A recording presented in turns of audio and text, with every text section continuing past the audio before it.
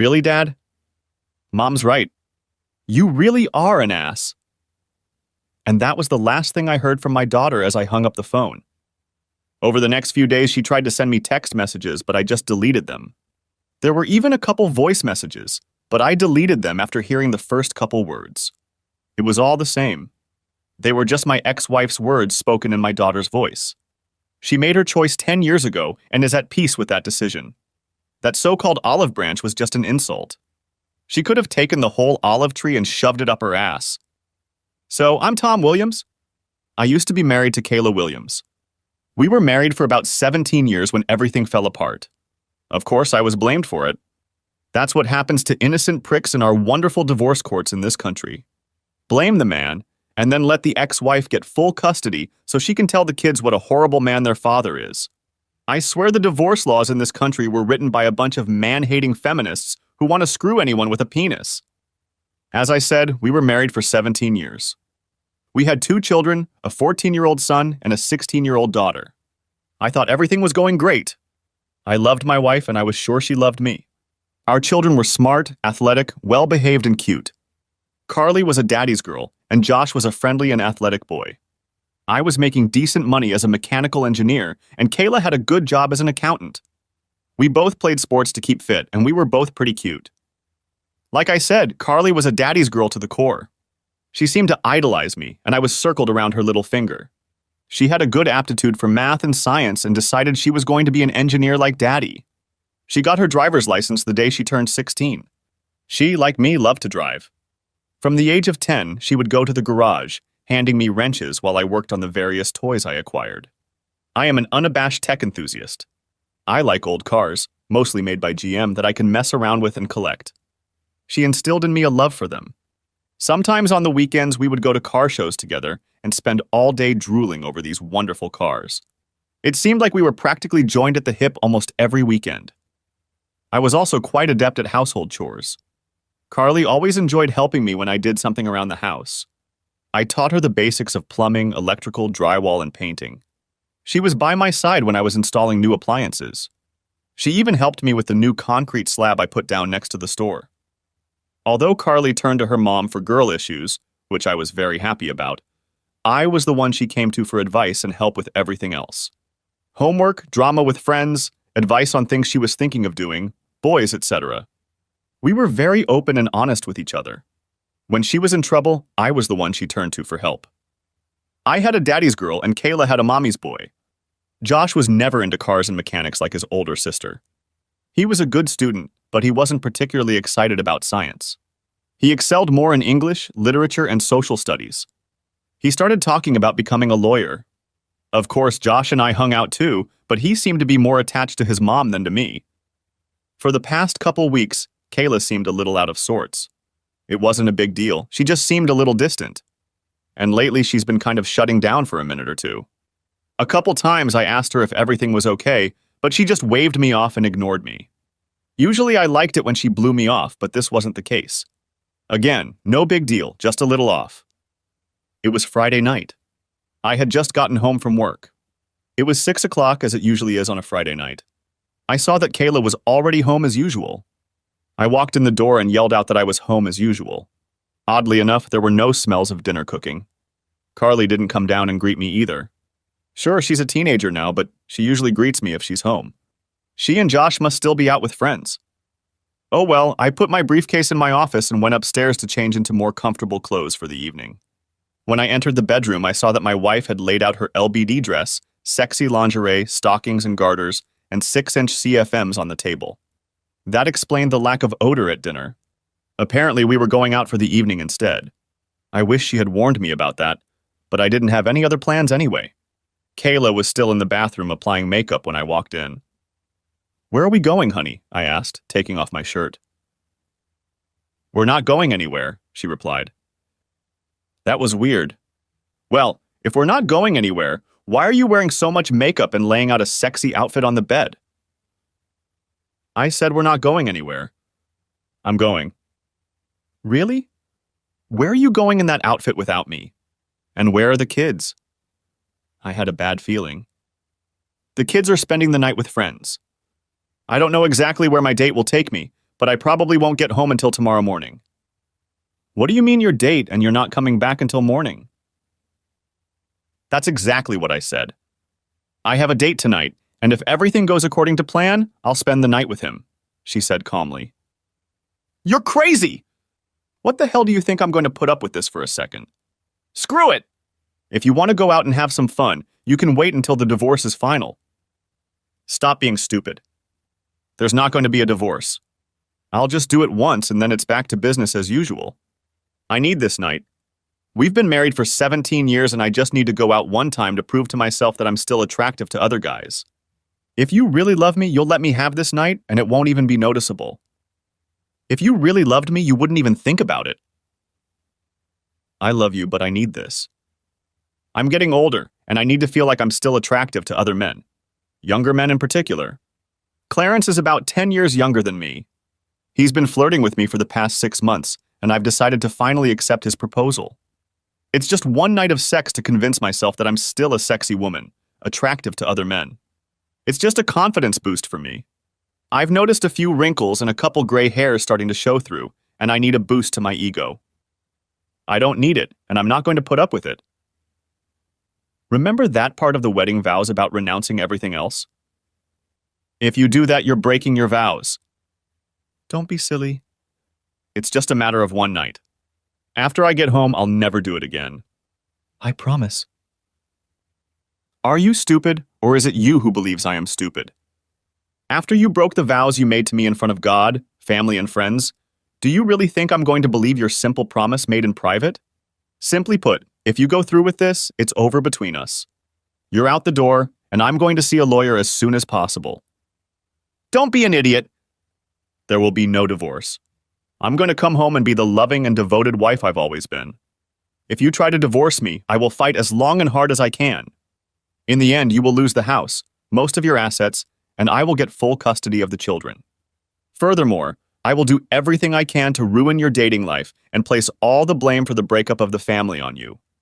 I will do everything I can to make your children hate you in the end.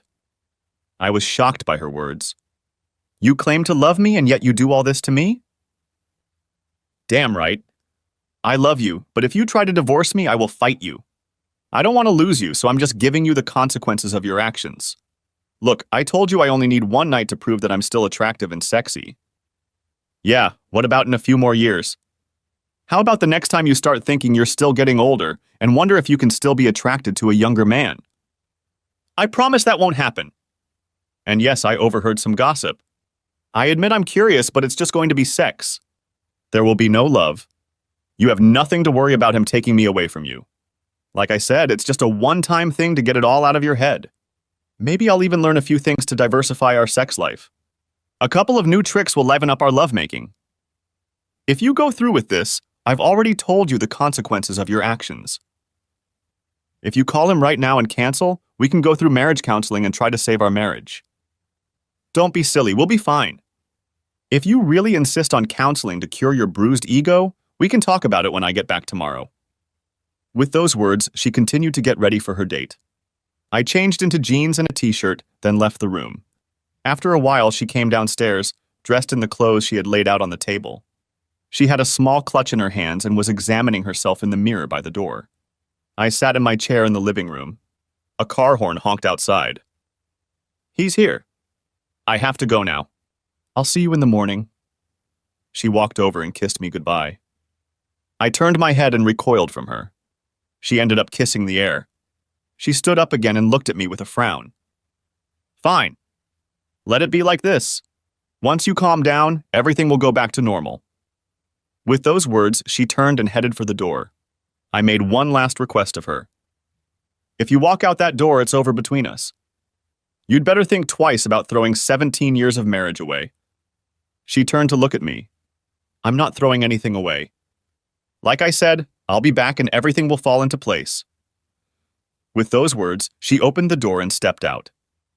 Yes, I started crying about losing my marriage and the woman I had loved exclusively for the past 20 years. 17 years of marriage, a year of engagement, and 2 years of exclusive dating. I didn't understand how she could do this to me. She never expressed any displeasure to me. We had a normal sex life and she never said she wanted more. I would have gladly given her more if she wanted it. We didn't fight about anything. Sure, there were some disagreements, as all couples do, but we still discussed everything and came to a mutual agreement. I had already decided what I would do if she went for it. Half an hour later, I finally got up and went to work. I guess I waited that half hour for her to come to her senses and come back. Obviously, that didn't happen. I went upstairs and proceeded to put my plan into action. It wasn't a great plan, but it was the best I could do at the time. It was a fairly large house with 4 bedrooms. The master bedroom, Carly's room, Josh's room, and a large guest bedroom.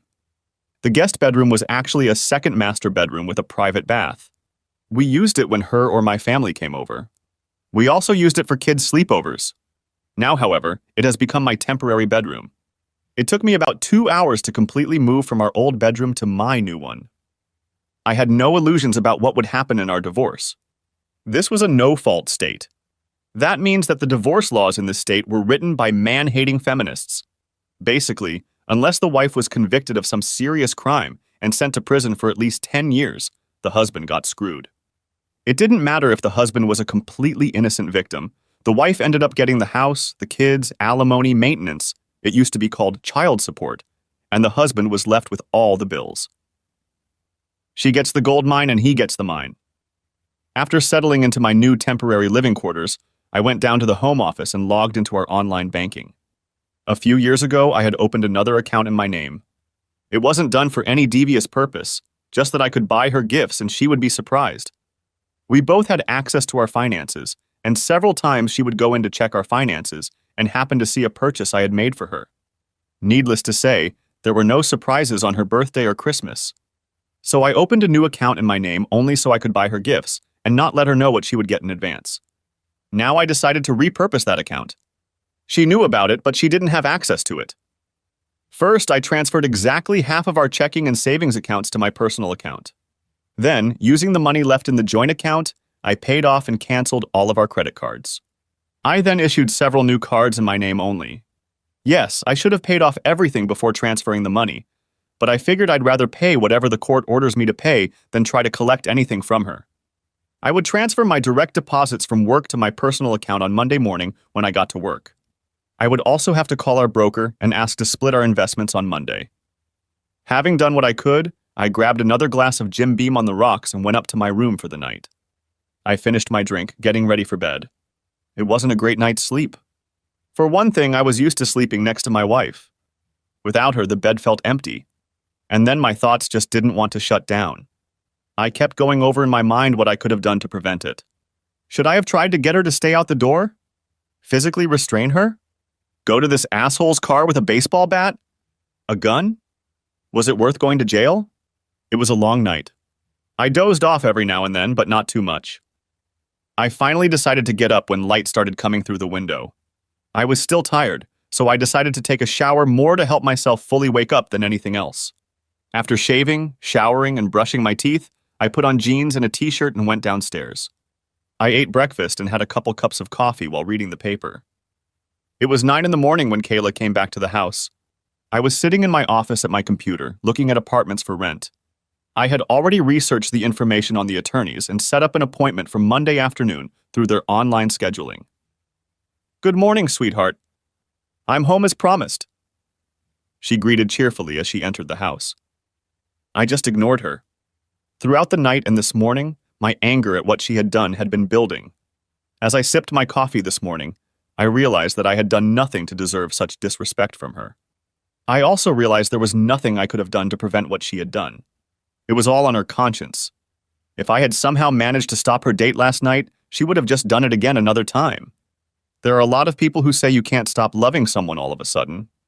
They may be right, but what you can do is turn that love into hate. The opposite of love is not hate, but indifference.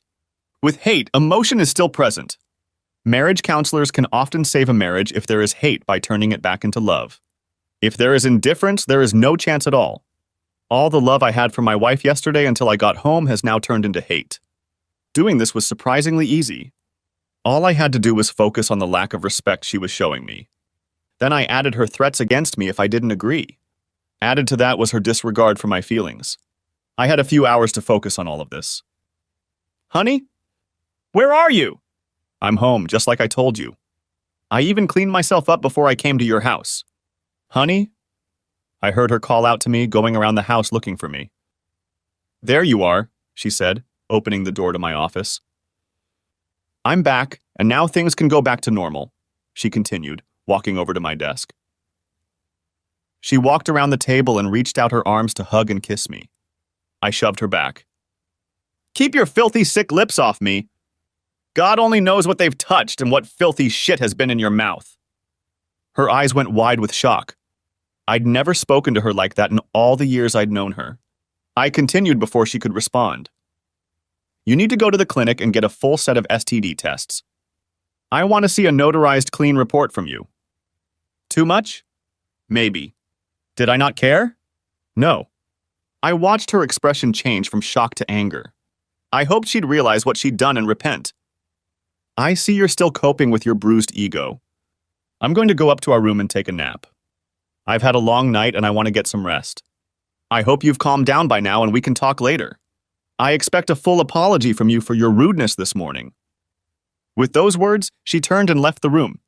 I couldn't help but smile, anticipating her imminent return. And I didn't have to be disappointed. What the hell did you do? I heard her yell as she stepped back. Where are your clothes? Where are all your toiletries? What the hell do you think you're doing? She muttered, barging back into my office. What do you mean? I asked calmly. All my things are exactly where they should be. What are you talking about? Your closet is empty. Your drawers are empty. Your corner of your dressing table is empty. What do you mean everything is lying where it should be? Like I said, my clothes hang neatly in my closet or folded and in my dresser. My toiletries are neatly in their places in the bathroom. That's not true. I just told you that your things are not in our bedroom, she exclaimed in despair. Ah! I see your problem now. You see, you still mistakenly think your bedroom is our bedroom. I just told you that all of my stuff is where it belongs, in my bedroom. You mean? Yes.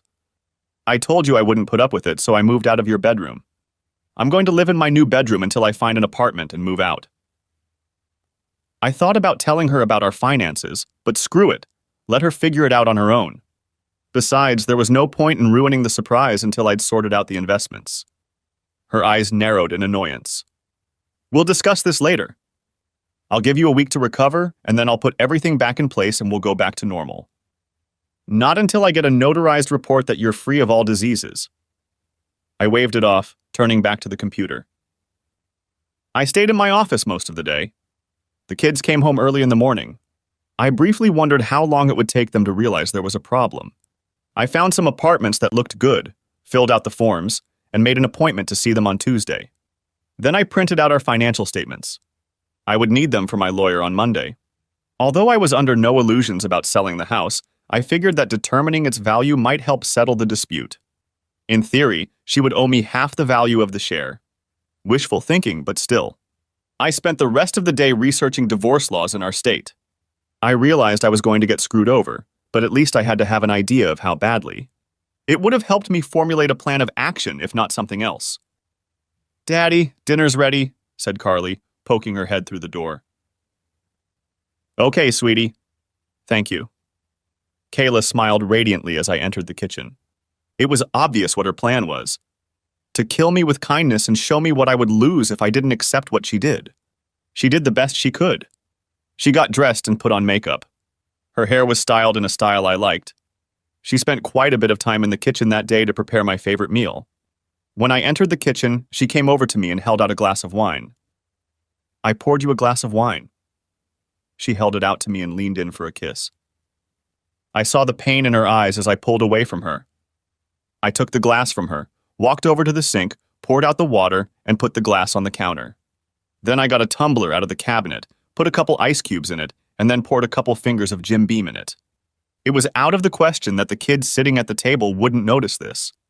Walking over to the table, I sat down and started chatting with the kids. I didn't even pay attention to my wife. Dinner was clearly a stretch. I kept the kids talking as much as I could, but it was pretty obvious that we were in serious trouble. It didn't help that I didn't even put anything on my plate, let alone eat anything. These dishes were my favorites, but I just passed the bowls and plates around without even looking at them. I just kept trying to make conversation with the kids while sipping my drink. "Dad, aren't you going to eat anything?" asked Josh finally. "No, not hungry." That was all I answered. After the most awkward dinner in the history of mankind, I just got up, refilled my glass, and headed back to my office. I didn't even bother to help clear my desk. After about half an hour, I shut down my computer, grabbed the keys to my truck, and left the house to go to a nice, quiet restaurant for dinner. Afterward, I stopped at a bar to have a couple drinks. By the time I got home, it was pretty late. I saw that the light was still on in Kayla's bedroom, so as I closed the door to my room, I made sure it was noisy enough for her to hear. I locked the door and then slid a chair under the handle. As I was getting ready for bed, I heard her trying the knob and then knocking. She tried to get me to open the door for about 5 minutes, but then gave up. The next morning I got up early. I decided that today was going to be a soccer day.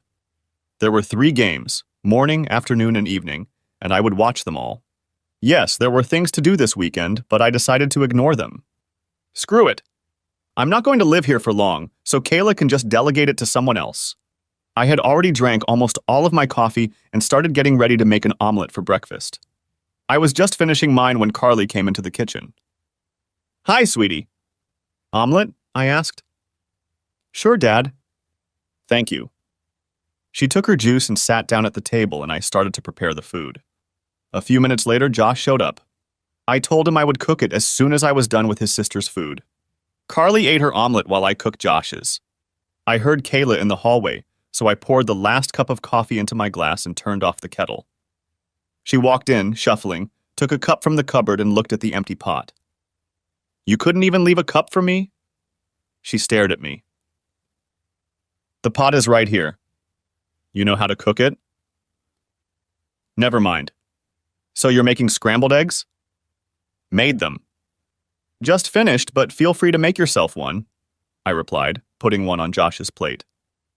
I used the last of what I made for him. I even put all the ingredients away already.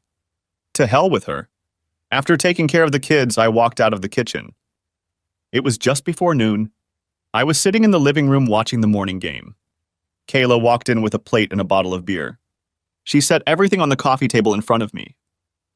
"I brought you lunch and beer so you won't miss any games," she said cheerfully.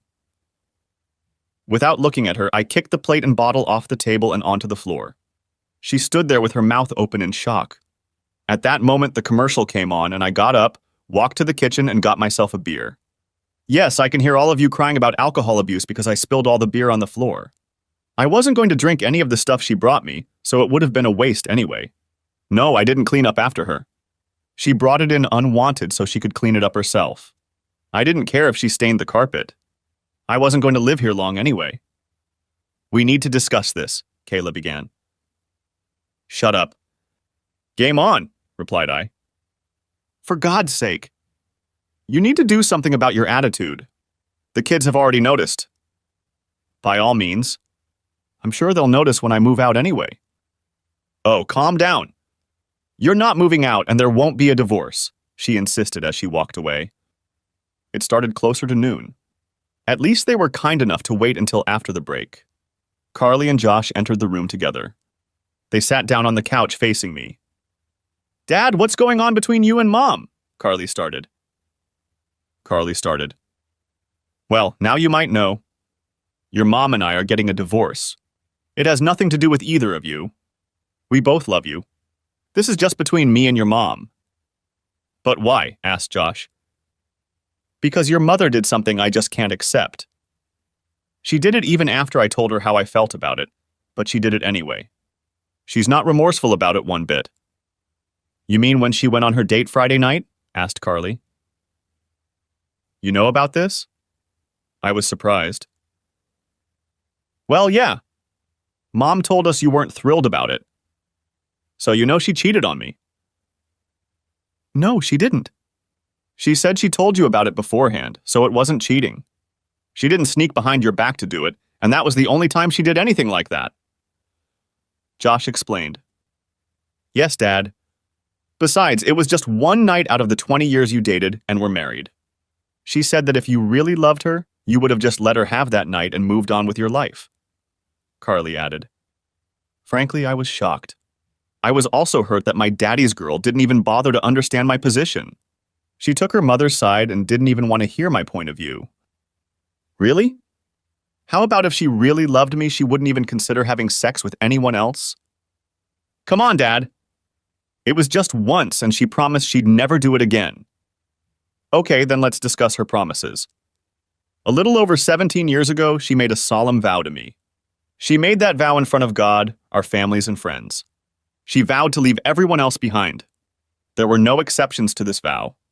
The duration of this vow was limited, till death do us part. In case you haven't noticed, none of us are dead. If she can so easily break this solemn vow made in public, how can I trust the promises she makes to me in private? Yes, but you also vowed to be there for her in good times and bad. Josh thought about becoming a lawyer. Hopefully, he'd do much better at it. That's right. The problem is that your mother, in breaking her vow, broke the contract and released me from my vows. Well, we just don't understand why you would want to break up your family over one single night, asked Carly. Why are you saying I'm destroying the family? Why am I being blamed for what she did?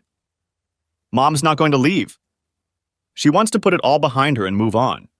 You're the one leaving and making a big deal out of it. If you leave, you'll ruin the family, insisted Carly. After that, the situation did not improve. I tried to explain my position, but they did not listen. They weren't interested in my opinion. Kayla had been filling their heads with her nonsense all last day. All they knew was that Mom had done something she really needed to do, and Dad didn't love her, and the kids enough to accommodate her needs. She convinced them that Daddy's little male ego caused him to abandon them all and tear the family apart. It was Daddy's fault for failing to give Mommy the one small tiny thing she really needed to be happy. Instead, Dad decided to make everyone suffer because of his stubbornness. Really, it was just one night out of their 20 years together. Seriously, what is one night out of 7,305 nights, 20 years at 365 days a year plus one extra day in 5 leap years? They eventually left when it became clear that I wasn't going to accept their position. I managed to watch the rest of the game in peace. As the game was winding down, I could smell the aromas of dinner being prepared. Apparently, it was another one of my favorite meals. I just sat and watched the post-game show in anticipation of the night's game. The time was getting late. The game was supposed to start in 20 minutes. Josh came in and said dinner was ready. I just got up, grabbed my truck keys, and headed for the door. Where are you going? Dinner is already set on the table, asked Josh. I'm going to the sports bar to watch the game. I'll get something to eat there, I replied. But Mom fixed. I'll be back after the game. I'll probably be here for a while after it's over, though. I sat there after the game. They had a really good burger with seasoned fries. The beer was pretty good, too. I only had 1 beer a quarter, so it was enough for me to drive. Besides, it was only 5 minutes from home. When I got home, everyone had already gone to bed, so I just went to my bedroom, locked and bolted the door, and went to bed. The plate and bottle on the coffee table were put away by the time I got home. That made me smile. Monday morning, I got up early and was out of the house before everyone was even up. The first thing I did when I got to the office was call my broker. I explained that I was going through a divorce and wanted him to split all of our investments in half. He created a new account in my name only and transferred half of our investments into it. Next up, human resources. I removed Kayla's name from the retirement account and asked them to put Carly and Josh as my heirs. I also gave them my new bank account information so they would redirect my paycheck there. Lastly, I informed my boss that I was going through a divorce, so I would need time off to meet with my attorney, court dates, meetings, etc. He was fine with it. My lawyer told me what I already knew. There was a small chance of getting custody, but it all depended on where the children wanted to live. They were old enough for the court to seriously consider their wishes. Based on my conversation with them yesterday, I wasn't going to count on that. I asked him to get started on the paperwork and asked him to get her to work on Monday. I didn't even bother driving home right after work. Monday Night Football was on, so I just stopped by the sports bar. 3 tacos for $1. I ate 3 during the first half and 3 more during the second half. I ignored text messages and phone calls from Kayla. I answered Carly and let her know where I was. Her reaction to this was not very pleasant. All 3 of them gave me an unkind look when I walked in on them after the game. I just walked into my office and closed the door. By the time I was done and went up to my room, everyone had gone to bed. Tuesday morning, I got up early and was out of the house before everyone else was up. Work was fine, and I took the day off to look at apartments. I settled on a nice 2-bedroom apartment and put down a deposit. I would be able to move in on Saturday. A trip to the thrift store allowed me to buy a couch, table, and chairs. They were to be delivered Saturday afternoon. I decided that I liked the bed I had been using and was going to pick it up, as well as everything in my home office. By the time I got home, they were already eating dinner. I grinned, noticing that they hadn't even put out a plate for me. That was fine with me. I wasn't going to eat anyway. I just walked over to the refrigerator and pulled out everything I needed to make a huge sandwich. After making the sandwich, I grabbed a bag of chips and a beer and then headed to my office. "Geez, Dad. Why are you being such an asshole?" exclaimed Carly, entering my office. "Well, Carly, simply put, your mother cheated on me. She had absolutely no respect for me. And then she threw it in my face. I'm not going to put up with that. I made it very clear what would happen if she went along with it. She went for it, even knowing what would happen. You can't seriously be ruining your family over this. Come on! It was no big deal. It was just sex. Carly, you're going to get married someday. Think how you would feel if your husband told you one night that he had a date with a younger, prettier woman and was going to spend the night with her. Well, I'm sure I wouldn't like it much, but if he promised to come back to me and it was only once, I'd hope I loved him enough to get over it. Besides, if he told me about it first, it wouldn't seem like cheating. Uh-huh. Sure. Do me one favor. When you get married, look straight into your fiancé's eyes when you say your vows. When you look into his loving eyes and get to the phrase about leaving everyone else behind, imagine how the love in those eyes will turn to utter devastation when you tell him you're off having fun with another man. With those words, I turned my back on her and went back to work. Wednesday evening was an ambush. When I got home from work, both parents were already there. People often make fun of their in-laws, but I actually got along very well with her parents. They accepted me into their family as the son they never had. Charles, her father, was as much of a tech fanatic as I was. His only problem was that he liked Fords. Okay, he had extremely poor taste in cars, but I could overlook that. He had a '69 Mustang Fastback that was in pristine condition. Yeah, I got along very well with my parents. We were not one of those dysfunctional families where kids grow up hating their parents. They were always very loving and supportive of me. Of course, there were disagreements, and they never hesitated to tell me when they thought I was wrong about something. Sometimes we just had to agree to disagree. So I entered the house and saw that the ambush had already been prepared. I was a little puzzled. I understood why her parents would be there. Obviously, they would be on her side. After all, she is their daughter. But what confused me was that my own parents were there. It seemed counterproductive for her. My parents would agree with me and be on my side. If she was trying to get me to accept her infidelity, why would she invite someone who wouldn't be on her side and argue that I was right to divorce her infidelity? You've probably guessed by now that it took me a few more minutes to realize. Tom, Charles began, I want you to know that May, Kayla's mother, and I are very disappointed in what Kayla did. That said, we think you are overreacting to it. Yes, she went and had sex with another man, and it was extremely disrespectful to you, especially the way she did it. But it was just one mistake. You two have been together for a total of 20 years. You have 2 wonderful children. Think about all of that. Surely you can get over this little incident. You don't have to destroy your family over one mistake. A little mistake? Really? It wasn't a small mistake. It wasn't an accidental stumble. It was a planned event. They probably planned it at least a week in advance. Then she ambushes me an hour before she leaves, giving me no chance to resist. It was an elaborate plan to trick me. Son, Mom decided to intervene. She didn't cheat on you. She told you that first. Eh? What? First of all, you're right that she told me. Told me! She never asked. She just said she was doing it, and I had no say in it. Even when I raised my serious objections, she didn't care. Speaking of what I said, I told her it would happen if she went for it. Tom, Father tried. I understand your pain and anger, but think of your family. We love you, son. We'll be here to help you heal, but think about what you'll do to your family. Kayla still loves you and insists she won't do it again. We all think that with counseling and some effort you can overcome this.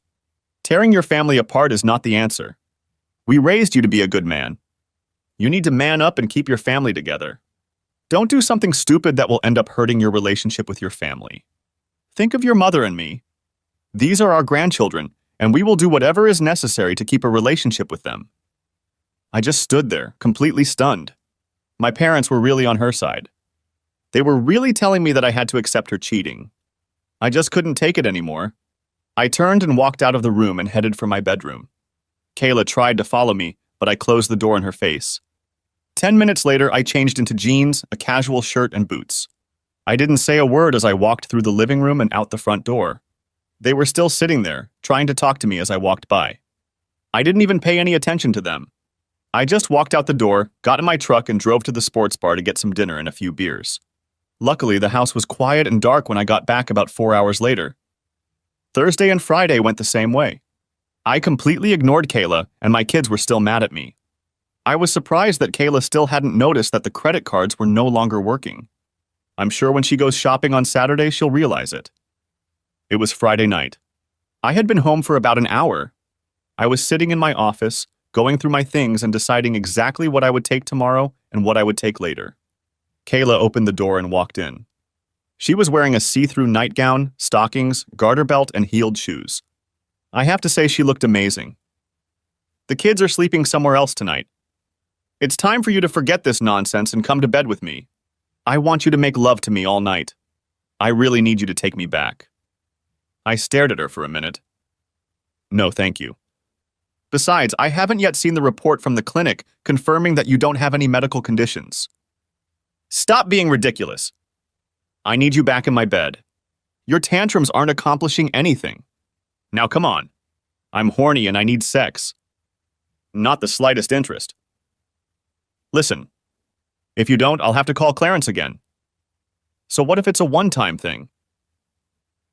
Damn it! It was a one-time thing, but if you're going to keep rejecting me, you're the one pushing me away to someone else. Have fun with it. Let me know if you bring him here so I can leave. The smoke coming out of her ears and nose as she ran out of the room didn't dissipate until a few minutes later. About half an hour later, I heard the front door slam. She practically burned her tires as she raced down the street. Taking advantage of the fact that the house was empty, I gathered a few things. I disassembled the bed and loaded it into the truck along with most of my clothes. Tonight I'll be sleeping on the couch in my office.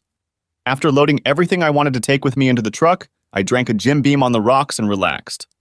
The couch wasn't the most comfortable one I'd ever slept on, but that was okay. Early the next morning, I was at the leasing office to get the key to the apartment. It took me a little while, but I managed to get everything out of the truck and into the apartment. Fortunately, a couple of friendly neighbors helped me. When I got back, no one was home yet, so the neighbor's teenage son helped me load the desk and office furniture. The computer, printer, and accessories went into the cabin. I looked back at the living room and thought, screw it. I'll take the chair too. I guess either no one came home until tonight, or no one bothered to look in my office or spare bedroom. I'm surprised they didn't notice the chair was missing. It was early evening when my phone rang. Seeing that it was my daughter, I answered it. Daddy? Where are you? I'm home, honey. No, it isn't. Your office is cleaned out. The bed and dresser in the spare bedroom are gone, and your chair isn't in the living room. Besides, I looked everywhere, and you're not here. Besides, your truck is gone. You're right. I'm not there. I'm at home. I don't live there anymore. I've moved into an apartment for now. Maybe after the divorce I'll buy another house, but this one will do for now. Geez, Dad. I can't believe you're acting so stupid. I thought you loved us. I love you, sweetheart. Always have and always will. Just not so much that you won't leave us. I'm not leaving you. You'll still be able to see me as much as you want. I will still take care of you and your brother. You abandoned us. You abandoned us, and you're destroying the family. Your mother is the one who destroyed the family. I told her this is what would happen if she went on that date. But she did it anyway. But she thought you loved her enough to get over it. And I thought she loved me enough not to do it. Okay. Whatever. Then she hung up. Yes, the divorce was a nightmare. She fought it to the end. Counseling. She wanted me to pay. I refused. I argued that if she needed it, she should pay for it. It was one of the few arguments I won. What a waste of time. The counselor didn't like me very much. I think it had to do with the fact that I told him I was ordered to attend, but the judge didn't say anything about me actually having to participate. I endured all 12 sessions before the counselor finally gave up. She fought over literally everything. That worthless, funny poster in the garage that she absolutely despised? Suddenly, she just couldn't live without it. The Bud Light I accidentally left in the office? She hated it, but it had been on my desk since college. It was the centerpiece around which she was going to redesign the office. Yeah, that was bullshit. She was only doing it to make my divorce as difficult as possible. All this time, she made sure I didn't see the kids as much as possible. Eventually, the judge granted the divorce. I had to keep paying half the mortgage.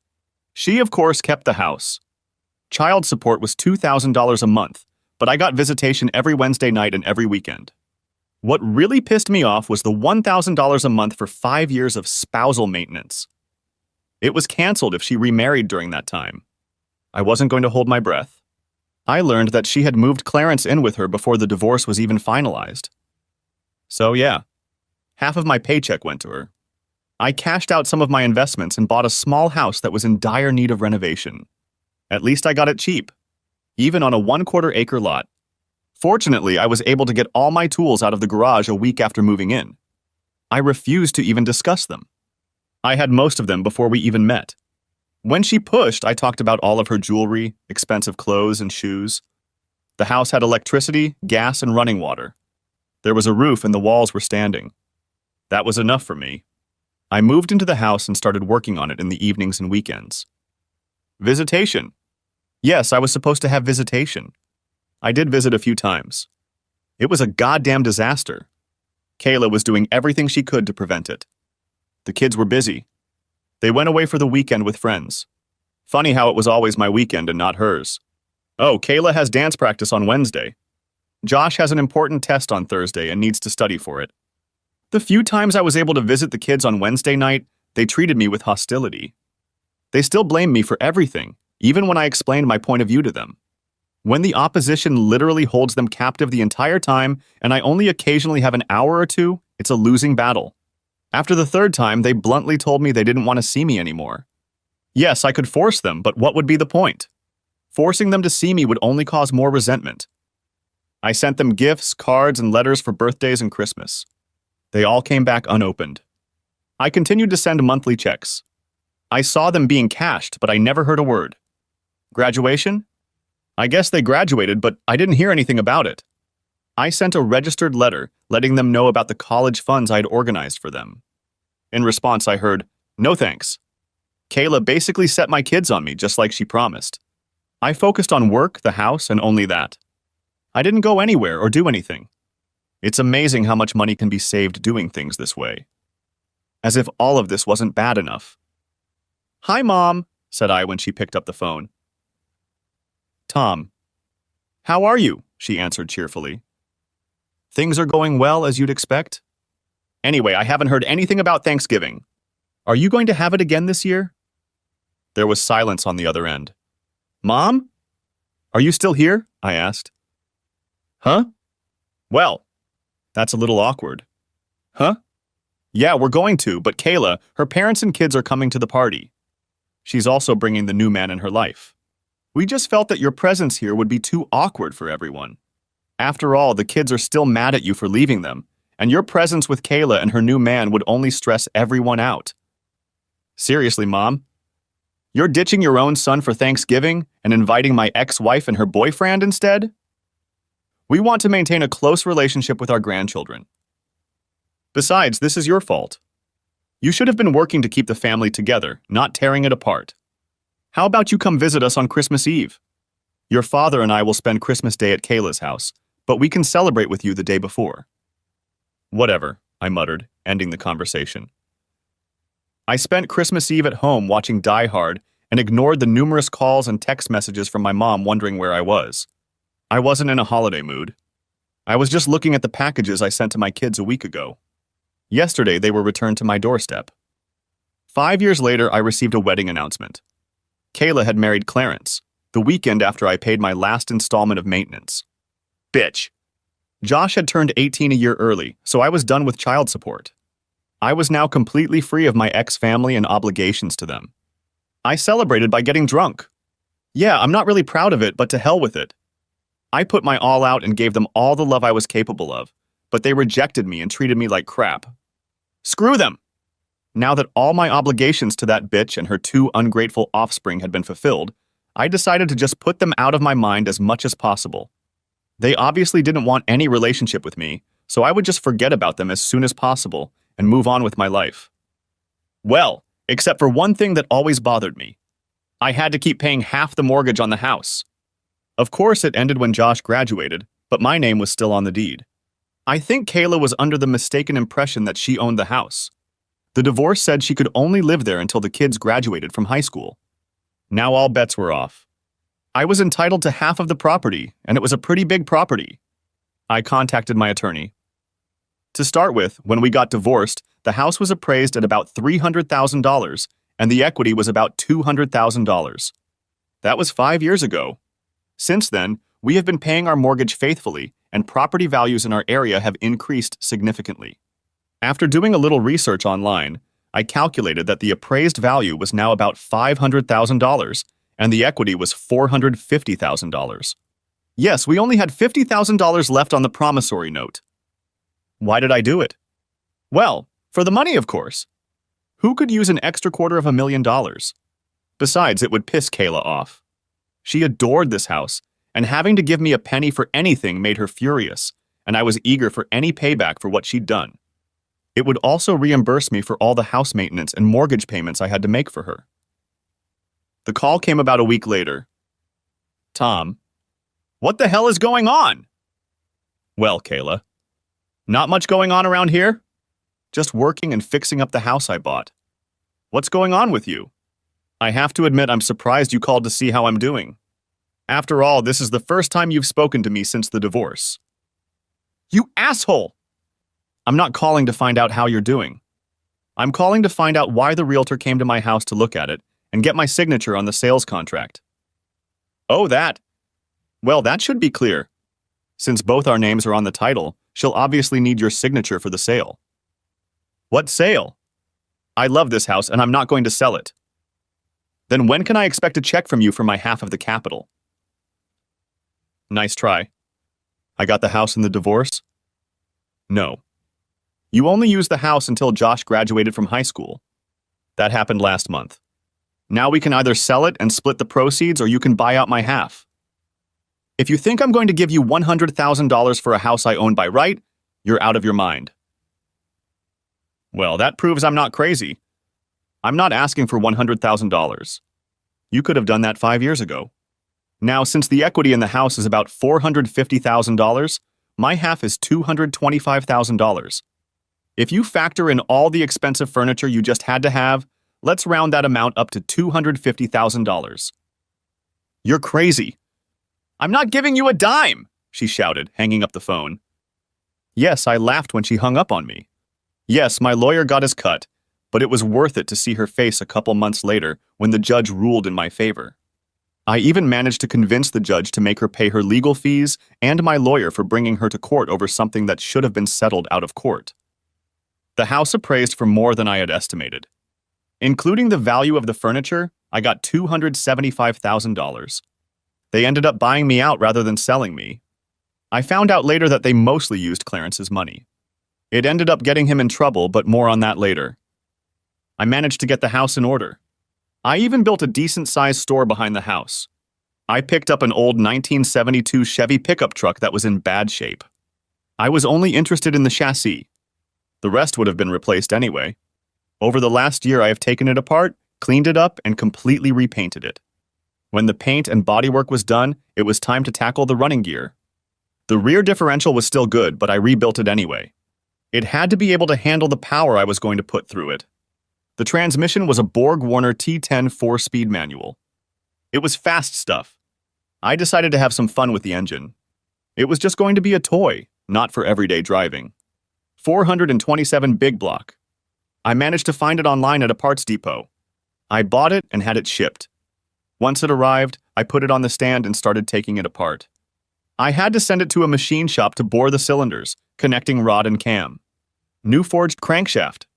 10/1 pistons. Nice heavy cam. Heads ported and polished, then double spring valves put in. And then a supercharger to bring it all up to speed.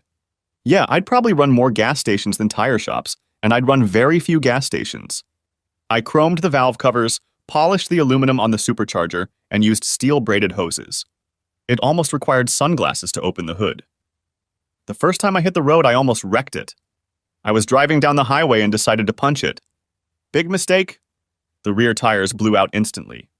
I barely managed to keep the car in a straight line before I let off the gas. Remember, take it slow on the gas pedal. After that, I started driving more carefully. A few weeks later, I saw an ad for a car show open to the public. Thinking it would be fun, I filled out the form and paid the entry fee. When the day came, I loaded up the '72 Chevy and drove to the park. I registered and got my spot. As I was setting up my car, I noticed a very nice 1968 GTO parked next to me. I set up my shade structure in the area behind the truck. A couple chairs and a refrigerator completed my setup. And then I noticed attractive red-headed girls setting up chairs behind the goat. Yes, I said redheads plural. There were two of them. One looked about my age and the other was about 10 years old. Probably still a schoolgirl. There were two very important things I didn't notice. I didn't see a boy with them, and I didn't see anything on the third finger of the older woman's left hand. Of course, I looked closer. "Good morning." "I like your car," said I cheerfully. They both looked up from their studies. "Hi." "Thanks." "I like your truck too," said the older one. "Thank you." "Have you been to many of these events?" "This is my first one." "I mean, I've been to car shows before, but only as a spectator. This is the first one I'm participating in." "My name is Tom, by the way." "This is the third time my daughter and I have participated."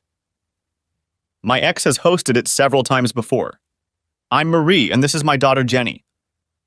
"In that case, when you're done, why don't you two join me in the shade? I have a cooler full of drinks, and I could use any information about these shows I can get." We ended up spending most of the day here.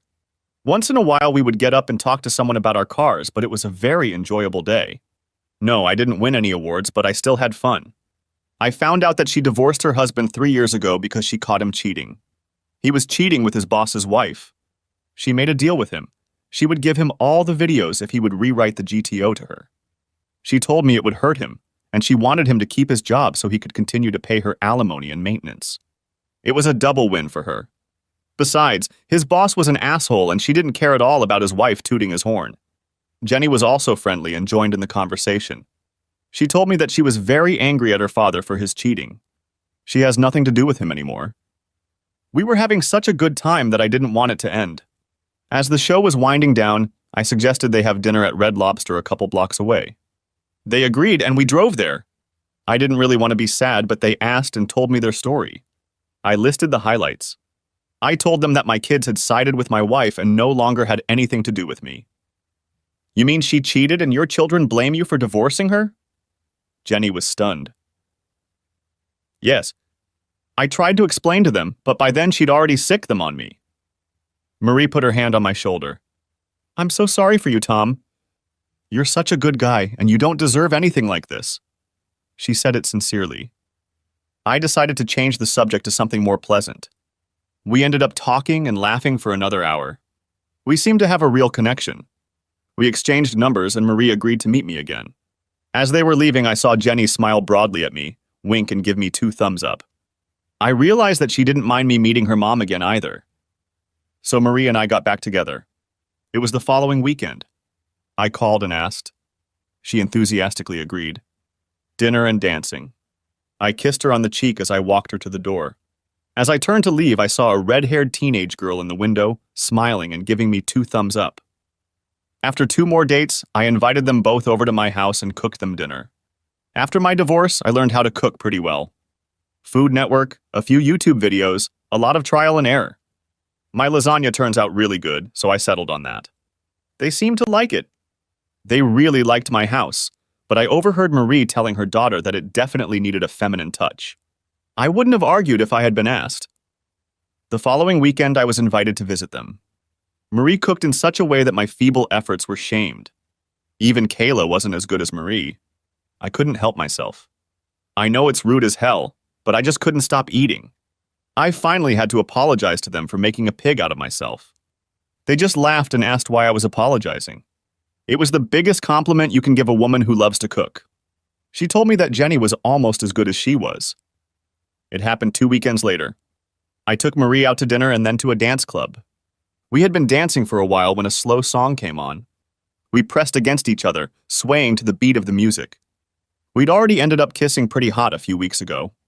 She leaned over and whispered in my ear, "Take me home." Honestly, I was surprised. I thought we were having a great time and now she wanted to go home. I pulled back to look at her. She must have seen the look on my face and started giggling. "Ah, you silly man. I meant take me to your house." Oh, luckily I had my regular truck and not a 72. I'm not sure I could have kept the tires on the road if I had driven home in the 72. Yeah, I went for it. I made her breakfast before driving her home. I got another double thumbs up from the red-headed teenager in the window. A few months later I asked and she answered. It was a simple ceremony in front of a judge. They moved into my house right after the wedding. Jenny even started calling me daddy. It was a wonderful life. Yes, there were disagreements. Yeah, Jenny and I had our differences too. She was a teenager, and I was the authority figure. Sometimes I had to say no. Still, she respected me, and her mom loved me as much as I loved her. An unexpected call came about a year later. It was a number I didn't recognize. "Hello," I said, picking up the phone. "Hi, Daddy!" An excited female voice sounded on the other end of the line. "Carly?" "Yes, Daddy. It's me, and I have great news." "Really?" "It's really good to hear from you." I was really glad to hear from her.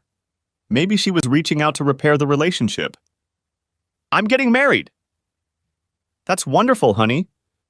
I'm so happy for you. Anyway, I want you at my wedding." "Oh, honey." "Of course. It's one of the greatest honors for a father to walk his daughter down the aisle. I've also organized a wedding fund for you." "Oh. No. Clarence is paying for the wedding, and he'll be walking me down the aisle. Besides, since it will be very awkward for you and Mom to sit together, you won't be sitting in the front pew.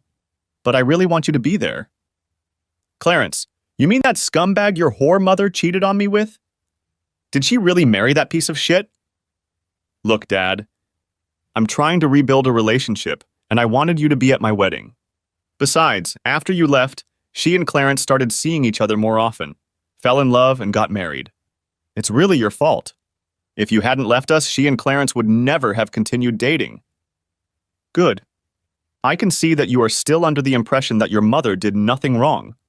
Therefore, I will not be able to attend the ceremony for 2 reasons. First of all, I simply cannot support a marriage that I am sure will fail.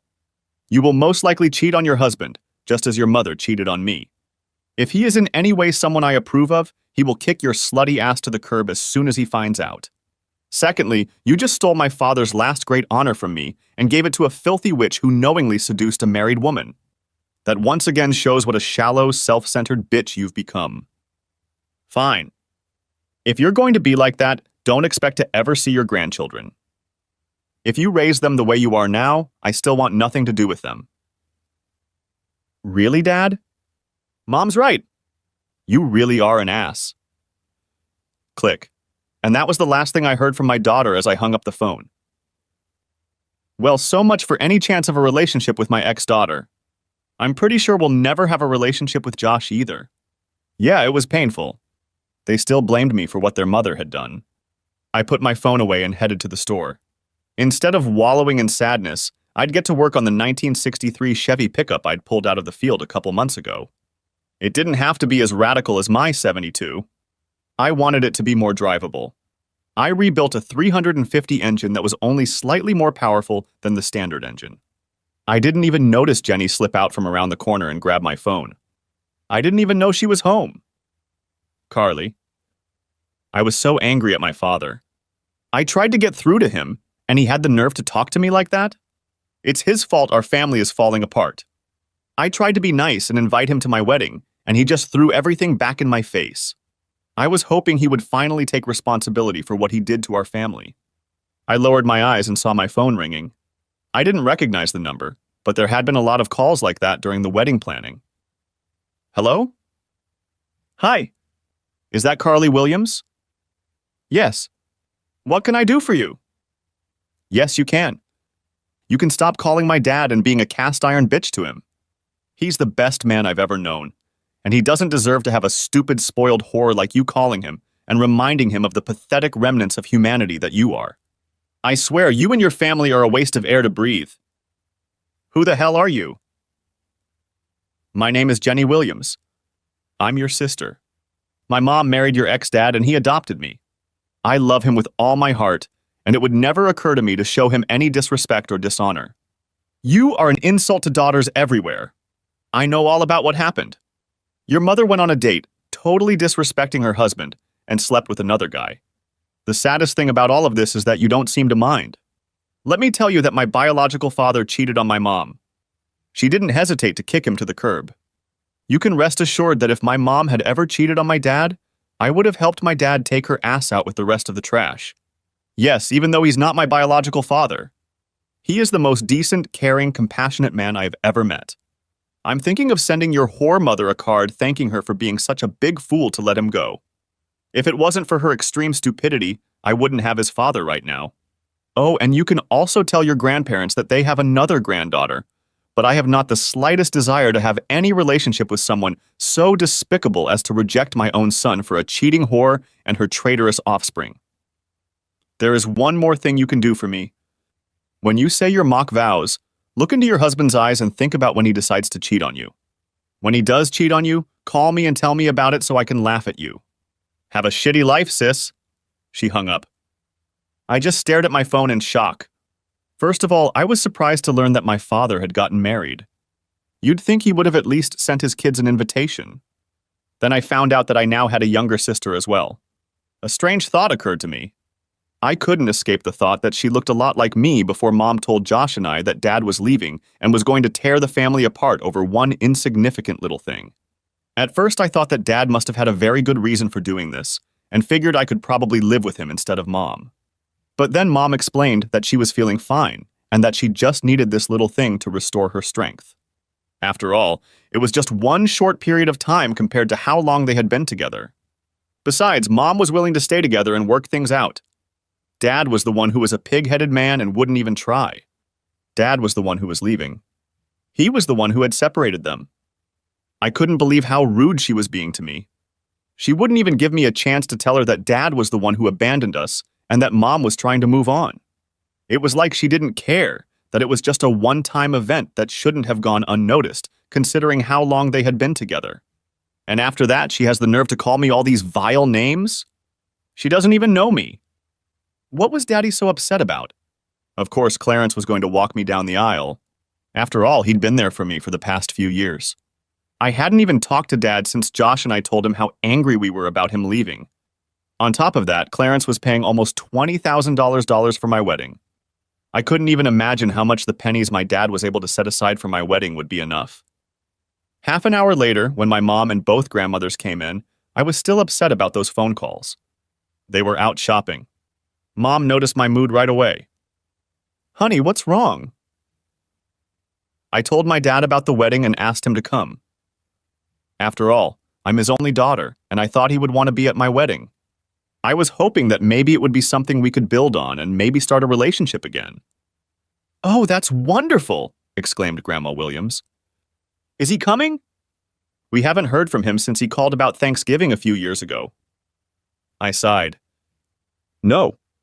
He got mad when I told him that Clarence was going to walk me down the aisle and that I thought it would be too awkward for him to sit in the front pew with Mom and Clarence." "That's too bad. I thought he'd gotten rid of his piggishness by now." "Well, if that's not bad enough, I found out 5 minutes later that I have a half-sister." "What?" Sounds in 3-part harmony. Yes. The girl who said her name was Jenny Williams called me a few minutes after Dad hung up. Apparently, Dad married her mom and adopted her. She wasn't too nice on the phone. In fact, the nicest thing she said was that she wanted to thank my mom for being stupid, or she wouldn't have such a great dad. I recounted both phone conversations to them. They were shocked at the vehemence with which Dad and Jenny had spoken on the phone. Tom got married and we weren't invited to the wedding? He didn't even tell us about it? I have another granddaughter, whispered Grandma Williams to herself. My wedding day had finally arrived. I thought briefly about what my father had said, and for a moment I was sad that he wouldn't be here on my special day. That was fine. I'd approached him and he'd rejected me. I brushed it off. After all, it was a happy day. I was marrying the man I truly loved. The man I would spend the rest of my life with. Clarence glowed with happiness as he took my hand, and we started walking down the aisle to the music of the wedding march. I was beyond happy looking at all of my friends and family. Both of my grandparents were there. Josh was one of Bobby's groomsmen. Everyone was there to celebrate my special day. Tears of joy came to my eyes. I looked ahead and saw my Bobby smiling at me as he stood in front of the priest. As we passed my mom, I saw her looking at me with pride. Tears of joy were running down her cheeks, too. Clarence lifted my veil, kissed my cheek, and said, "Congratulations, baby girl." He then handed me into the arms of my future husband. I had a strange feeling in my mind when the priest asked, "Who gives this bride away?" And Clarence replied, "Her mother and I." Something didn't sound right, but at that moment I couldn't figure out why. It soon passed as the priest began the ceremony. I looked into the eyes of the love of my life. I repeated my vows. To have and to hold. In sickness and in health. In good times and bad. Forza. Forza. I couldn't say it.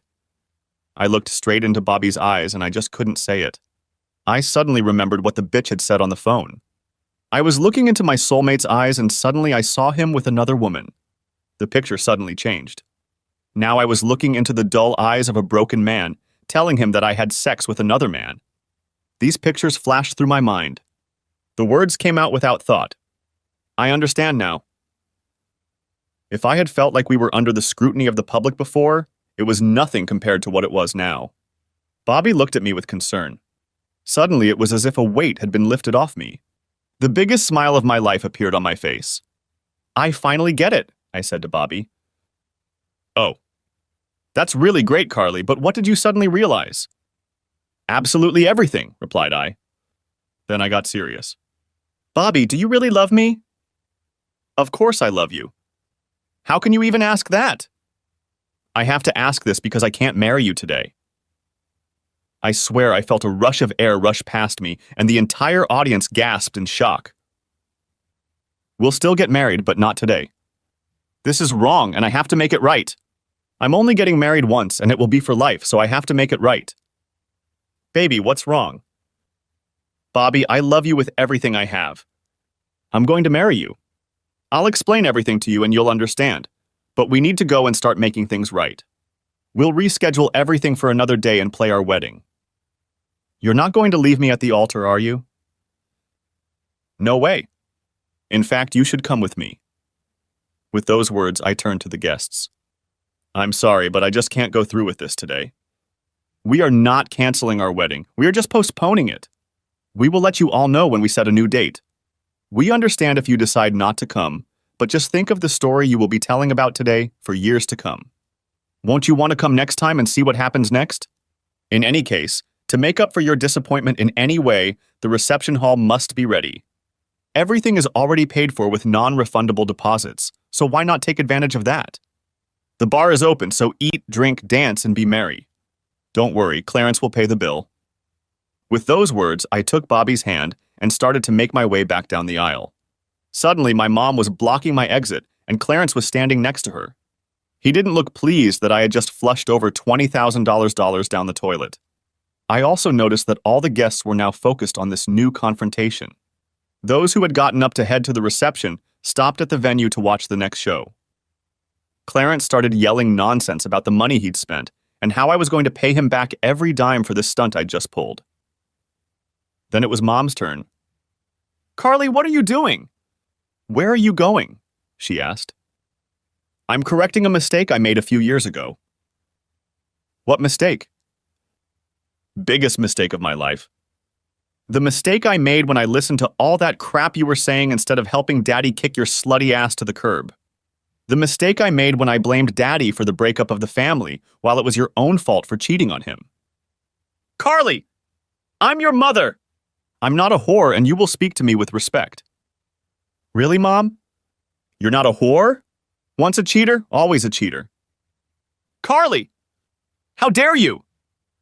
How dare I? I'm even ashamed that I even equaled you. It wasn't until I looked into Bobby's eyes while saying my vows that I woke up and realized what a horrible person you really are. Once a cheater, always a cheater. Looking into his eyes, I suddenly realized how awful it would be if he ever cheated on me. I realized how much I would hurt the man I loved if I ever cheated on him. I guess Dad was a good role model for me after all. But you sure weren't. What do you mean? Asked Mom. Fear flashed in her eyes. Really, Mom? Do you really think I don't know about your Wednesday workouts with Jim Davis, your personal trainer? That they're always at his apartment instead of the gym? It's funny that you only go to the gym to see Jim. How about the fact that Carlos, your pool guy, takes an extra hour every 2 weeks because he screws your brains out on the chaise lounge after he cleans the pool? How about your gang banging the landscaping crew every time after they finish their yard work? I've got some good video footage of me coming home early a couple times, in case you try to deny it. And let's not forget how you always tip Mario, your barber, by giving a blowjob in the back room after every haircut. At least Clarence is your boss at work, and he doesn't have to worry about you cheating on him with your boss. Am I forgetting someone? Oh yeah. I almost forgot Alan Morris, your neighbor. For the last 3 years, he's been coming over whenever his wife has a girls' night out. Her gaze flicked to Clarence as I finished laying out her dirty laundry. Perhaps she hoped he'd miraculously not heard, even though I'd said it loud enough to carry across the church, and he was standing less than 2 feet away from me. There was a look of utter shock on Clarence's face. Looking at Clarence, an evil thought occurred to me. Oh, and Clarence? Before God and all these witnesses, I swear with the same commitment that my mother did when she made her wedding vows, that I will pay you back the money you spent on this wedding. We all know how she keeps her vows, so you can fully expect me to honor this vow just as she honors hers. Yeah, he shouldn't hold his breath waiting for even a dime. Seeing that Mom was distracted, I pulled Bobby down the aisle. I made a quick stop to talk to the videographer. Yes, he caught the whole thing on camera. He smiled broadly as he handed me a copy of the videotape. He was set up to make a duplicate in case something happened to the original. I quickly signed my signature on the authorization form to post the video on YouTube. I hoped it would go viral and increase my mom's shame. Bobby and I jumped out into the parking lot. He'd driven his car here and our bags were in the trunk. We planned to move them into the limo before leaving the reception. His brother was going to drive him back to his apartment after the reception. I smiled, knowing that Dad would really like Bobby, and slid into the passenger seat. I was instantly excited when he turned on the ignition and the huge 440-cylinder engine rumbled to life. Sure, it wasn't a GM, but the 1969 Challenger was still a beast. Where are we going? He asked as we roared out of the parking lot. Go west on 156. I'll find the address and put it in Waze, I replied, working the phone. It wasn't difficult. After all, he wasn't trying to hide. I knew the town he lived in, and a search of the real estate records gave me the answers I needed. He was about 2 hours away. We could only hope he would be home when we got there. We didn't stop to change clothes. I was on a mission and didn't want to waste time. Vol. It's not a common occurrence when you open the front door and see a woman in a wedding dress and a man in a tuxedo on the porch. If you were a priest and lived in a church, it would probably happen sometimes. The problem was that I wasn't a priest and certainly didn't live at the church. What was even more surprising was that I actually knew which one was which. I had no idea who the person was, but it was definitely my oldest daughter standing there. My oldest daughter who had made it clear that she didn't want to see me anymore. I recalled that today was her wedding day, but I couldn't figure out why she was here. She must be either at church, at the reception, or on her way to her honeymoon. Standing on my doorstep was the very last place she should be. Daddy? Can I talk to you for a minute, please? She asked in a very small voice. Still stunned, I stepped back and let them enter. I gestured toward the living room, where Marie and Jenny were sitting. I noticed the shocked looks on their faces. Oh, Carly, this is my wife Marie and our daughter Jenny. Jenny Marie, this is Carly. I'm sorry, but I don't know who the guy with her is. Oh. Yes. Dad, this is my fiance, Bobby Jensen. Bobby, and this is my dad, Tom Williams, his wife Marie, and my sister Jenny, introduced Carly. Fiancé? I thought he was already your husband.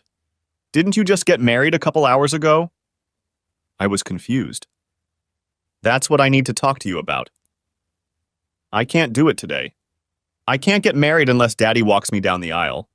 Daddy, I finally get it. You're right. You've always been right. I'm sorry I got caught up in Mom's bullshit and blamed you. It was Mom who gave up on us, not you who gave up on us. I'm sorry for everything I said and did. You didn't deserve any of it. I won't make excuses for my behavior because there really are no excuses except that I was young and stupid and listened to the wrong people. I just hope you can find it in your heart to forgive me and let me back into your life. I really, really want to marry Bobby. He's a really great guy and I know you'll like him. But I can't marry him unless you agree to walk me down the aisle and marry me off. It was completely unexpected. I probably should have been focusing on other things, but there seemed to be an elephant or two in the room. Although I was very glad that my daughter had decided that I wasn't the bastard who had abandoned them and wanted me back in her life, the curiosity that prevailed in me at the sight of this scene demanded attention. So, Carly, did something happen at the wedding?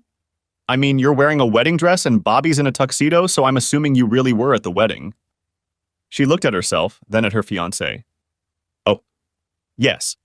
We were already halfway through the ceremony when an epiphany came over me. Here, she said, holding out the disc to me. Maybe you should watch Bobby and I change into our regular clothes. Bobby ran to the car and got the suitcase, and Marie escorted Carly into the bedroom where they could change. While this was going on, I set up a video player connected to the big screen in the living room. As soon as Carly and Bobby were ready, Marie came back and sat down next to me, and I pressed the play button on the remote. It started out like a normal wedding ceremony. The groomsmen escorted the bridesmaids down the aisle and then separated at the altar. Bobby entered with the priest. He carried the ring, then the flower girl.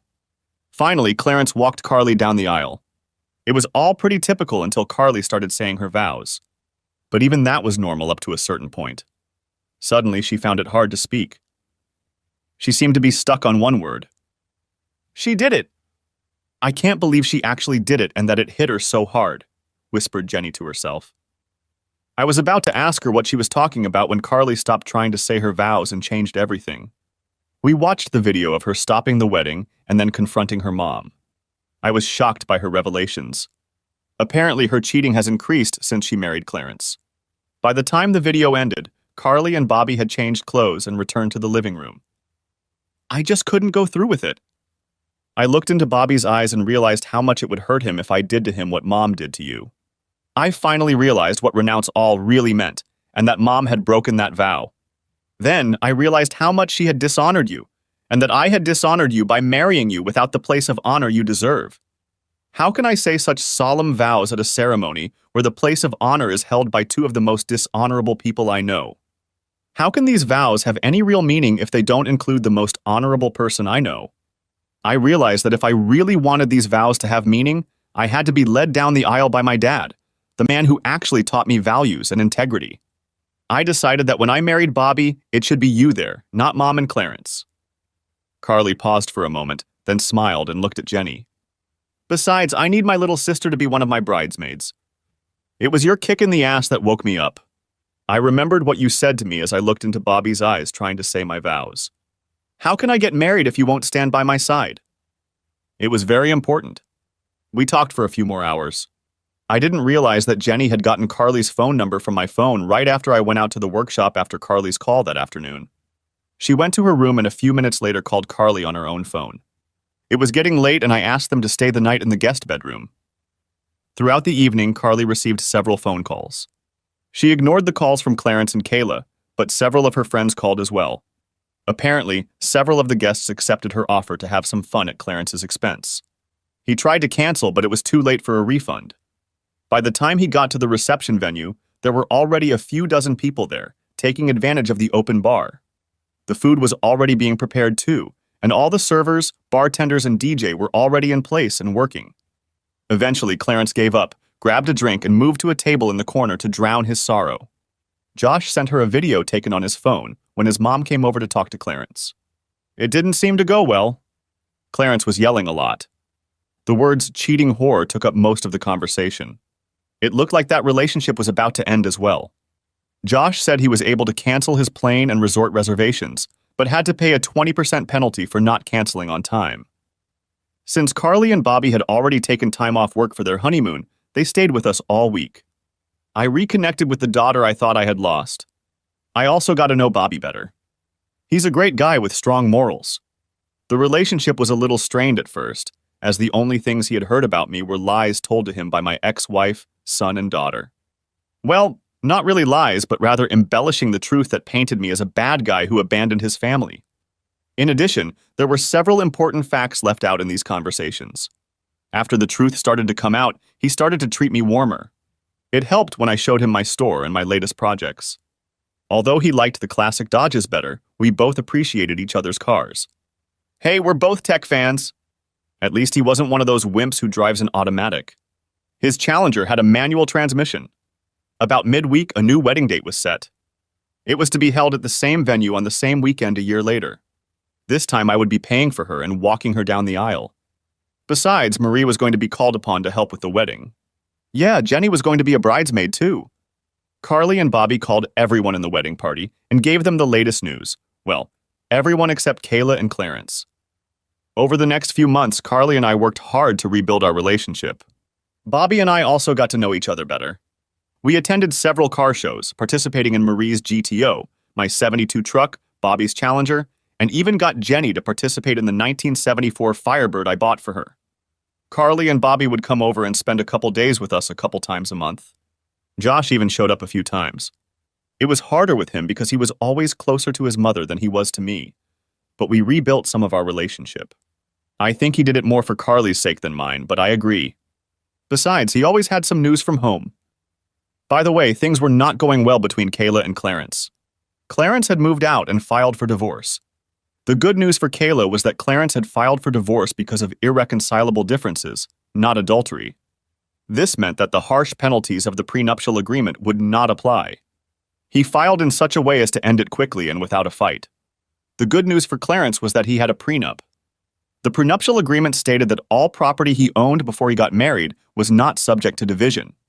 Kayla would get half of the property acquired during the marriage, but even that would not be enough when you consider the property acquired before the marriage. She would mostly get the house and about $50,000. As for the house, Clarence did try to get a piece of it, but he had no proof that he was entitled to it.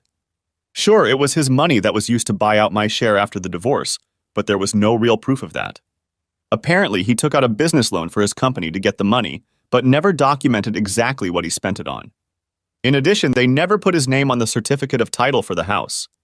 Since the house had belonged to Kayla before they were married, she refused to even discuss the topic. Clarence ended up paying off the loan, but accomplished nothing. By the time he realized that the money for the house would not be returned to him, it was too late to file an adultery complaint. Rumors of Kayla's adventures spread, and her credibility in the community suffered greatly. Friends began to avoid her, and invitations to parties, charity events, and other occasions dried up. Worse, because she didn't work and relied on Clarence's money, her financial situation deteriorated badly. Clarence learned an expensive lesson. He lost a couple $100,000 buying out my half of the house. Another $28,000 for the wedding that went south. He also had to pay Kayla $50,000 in the divorce. And then there was the humiliation. Kayla was furious that her adventures had been made public and that Clarence was divorcing her the way he did. She started telling her remaining friends that she cheated on him because he has such a small penis and doesn't even know how to use it properly. She also told all her girlfriends that he refused to lick her even though he demanded that she suck him off. This kind of gossip spreads like wildfire. It wasn't long before all the women he tried to pick up at the bar just laughed at him. He became a recluse, only going to work and straight home. His social life evaporated. "Ready, Daddy?" my oldest daughter asked. "No father is willing to let his daughters go, but I'm honored to do it for you," I replied. The doors opened and music filled the church. I stepped in, starting with my left foot, and proudly began to lead my daughter down the aisle. I cast a quick glance and my smile grew even wider. My ex-wife was sitting in the fourth row. My wife, Marie, was taking her place of honor in the front row. I would join her after taking care of one last important honor for my daughter. Who gives this woman in marriage? As a father, I give her as my wife, I said loudly. Love you, baby, I whispered, kissing her on the cheek and handing her to Bobby. Oh yeah, I forgot to mention my wife. No, this wasn't my idea. Carly had asked me to do it that way. I turned and walked over and sat down next to my wife. To have and to hold. In sickness and in health. In good times and bad. Leaving everyone else behind! Carly practically shouted the last phrase. Then, with a bright smile, she finished her vow. It was a beautiful ceremony. When they kissed at the end, there was a round of applause. I looked down from the head table. Marie was next to me. I saw Kayla sitting at a table off to the side. She didn't look happy.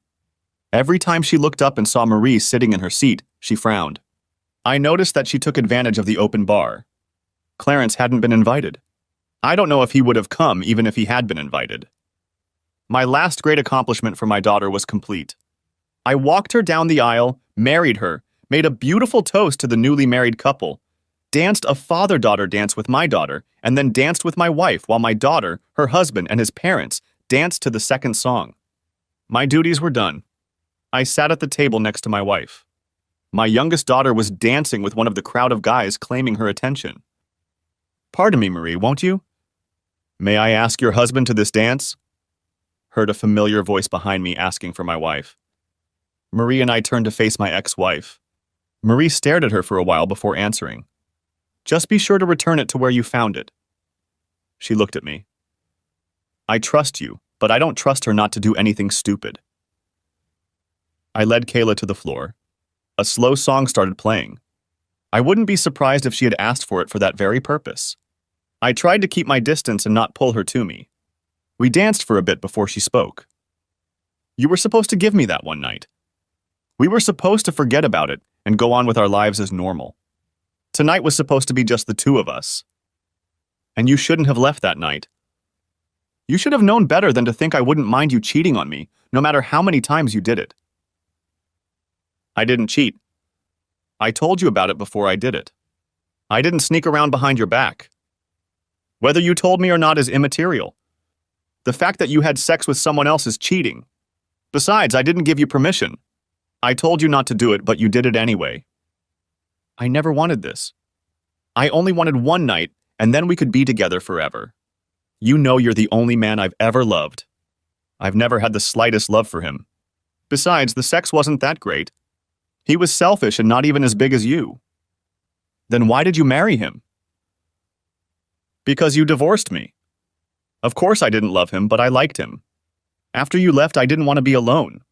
I thought I could love him, but I could never get over you. I did all those nasty things to you because I was angry that you left me. I still loved you, but you wouldn't even talk to me. After that one night, I realized that you were all I needed and I would never date another man again. So why did you cheat on him? Because he was a failure in bed. I thought I could train him, but he refused to listen to advice.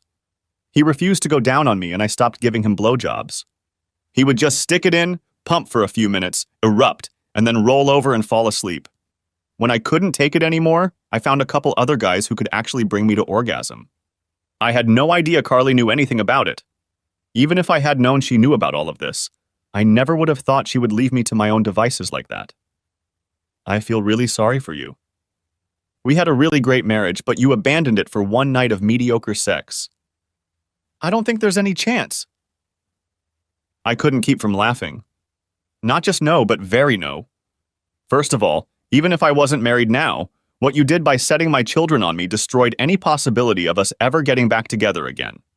I am now remarried to the woman I love, and I have another daughter that I love as well. The best I can offer is the courtesy of being in the same place and at any events with our children and grandchildren. Thankfully, the song soon ended. I never spoke to her again that evening.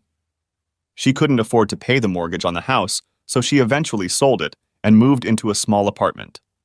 The money from the sale of the house was enough for her to live on if she was careful. She occasionally went on dates with her girlfriends, but as far as I know, she never had any other relationships. Clarence ended up living alone, too. Carly and Bobby had a long, loving marriage. They had 3 children, 2 boys and 1 girl.